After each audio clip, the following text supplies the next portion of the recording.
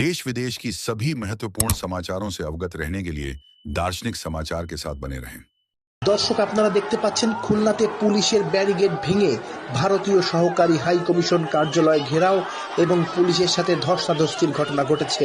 আজ বৃহস্পতিবার 18 ডিসেম্বর বিকেল 4:15টার দিকে ভারতীয় সহকারী হাই কমিশন কার্যালয়ের অদূরে শামসুর রহমান রোডে এই ঘটনা ঘটে। পরে বিক্ষোভকারীরা ভারতীয় সহকারী হাই কমিশন কার্যালয়ের নিকটে বিক্ষোভ কর্মসূচি পালন করেন।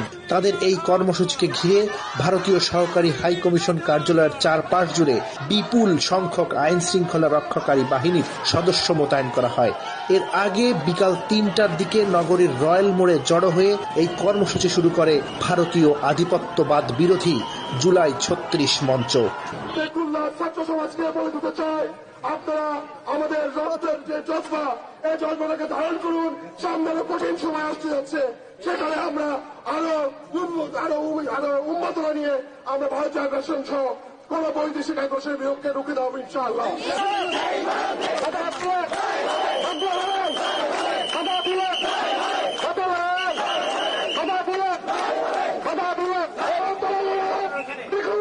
গুলি করে মৃত্যু সত্ত্বেও বন্ধ করছে।